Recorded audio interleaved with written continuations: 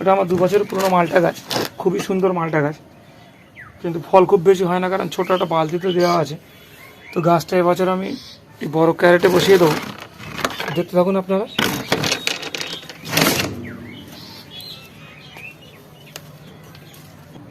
তো বালতি থেকে বের করার এই পরের অবস্থা, মাটি কিছুটা ঝরিয়ে দিয়েছি, দেখতে থাকুন বড়ভাবে প্রতিস্থাপনের পরে কী অবস্থা হয়। এইসব ফলের ক্যারেটে জল নিকাশি মোটামুটি ঠিকই থাকে, তো জল দেওয়ার সাথে সাথে যদি না বেরিয়ে যায় তার জন্য এই লাইলনের বস্তা আমি কেটে চারদিকটা মোটামুটি মুড়ে দিচ্ছি। তারপরেও ড্রেনেজ খুব ভালো থাকবে, কোনো অসুবিধা হবে না আশা করি। তো আস্তে আস্তে মাটি ভরাট করে নেবো এটাকে।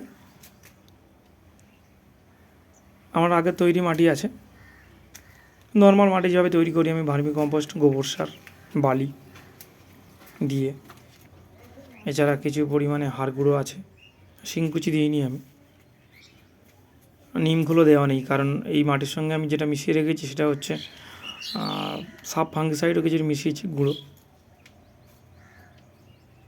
তো এবার আস্তে আস্তে চারিদিকে সুন্দর করে মাটি ভরাট করে দেবো। আমার ভাইপো আমাকে সাহায্য করে সারাক্ষণ বাগানে।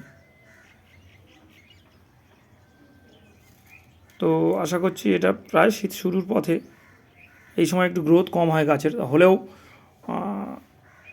আমি তো যেহেতু শিকড়ের খুব একটা ক্ষতি করিনি, অসুবিধা হবে না আশা করছি।